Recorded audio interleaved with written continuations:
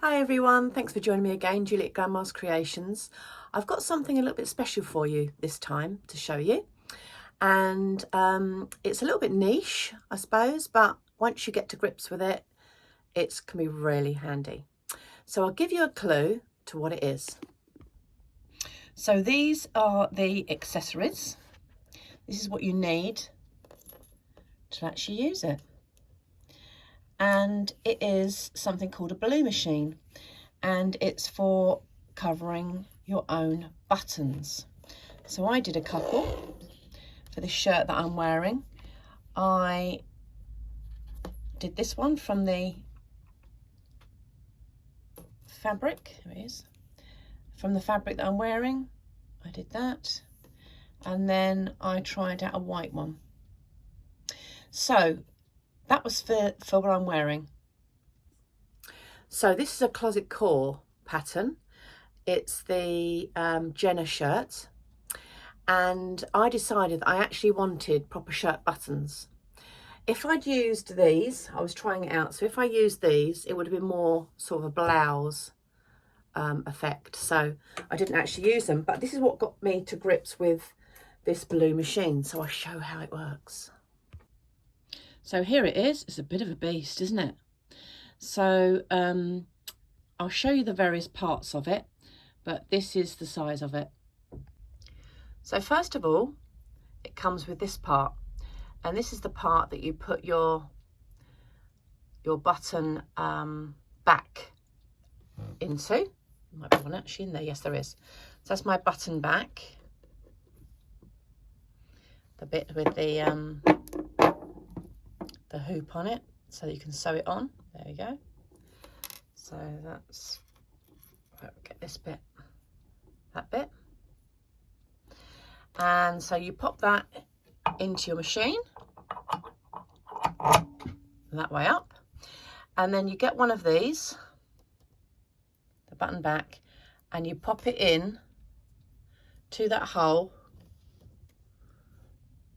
that way down. There you go.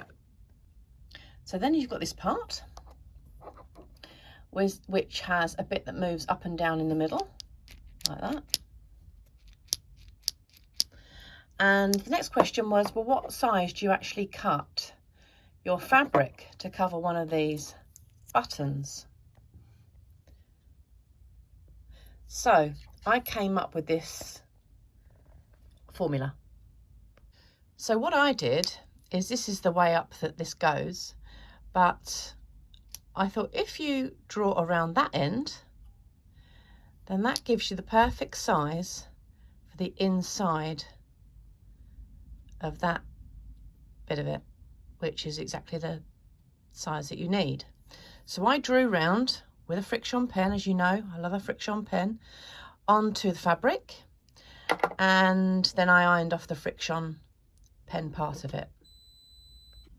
Then what you do is you pop your bit of fabric in there. Now you might find that it's be better if you interfaced it with some medium or light interfacing. This actually is quite thick crafting cotton, so I didn't. But with the this fabric that I'm wearing as a poplin, I actually did, when I made this button here, I actually did put a bit of interfacing on it just to firm it up a bit, so that the button bits will actually grip around and seal up properly. Then you put this bit into the middle. So that's actually that bit there that you're covering, front of the button. And then you push it inside, all the way down inside of this little metal bit. Now you can push it down with whatever you like, but because this is a small one, I just used an unpicker, and I just pushed it down all the way down to the bottom with that, because it fits nicely inside of the tubular bit. So this is what you want. You want the middle bit pushed all the way to the bottom with the fabric, enough fabric all the way around the outside of it. So you don't want it twisted or tilted in any way. You want it flat, all the way pushed down inside that cylinder. Then what you do is you turn that over and put it on top of the first bit, like this, like that. And then this is where the magic happens, because then you push this handle down and let's see what happens. So I've had to stand up for this bit to give it a really good push down. All the way down and back up again. Then you simply remove this bit and this is what you're left with, your button.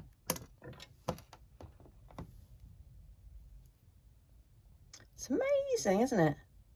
There's so much potential to do so many different things with this.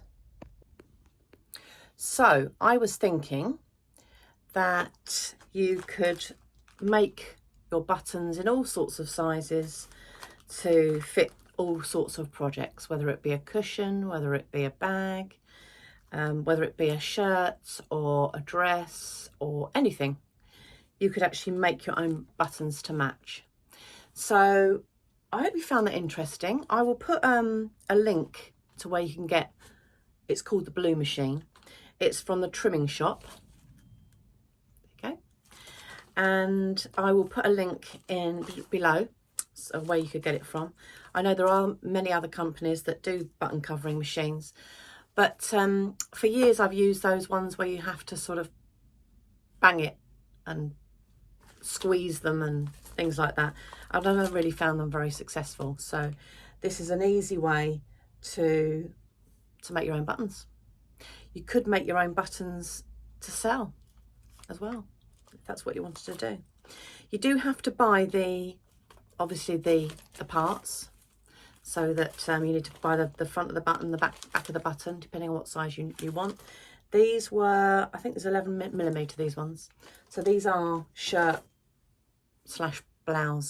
size buttons. So I hope you found that helpful or useful or just interesting. And I wish you a full week of happy sewing. Bye for now. Thanks for tuning in.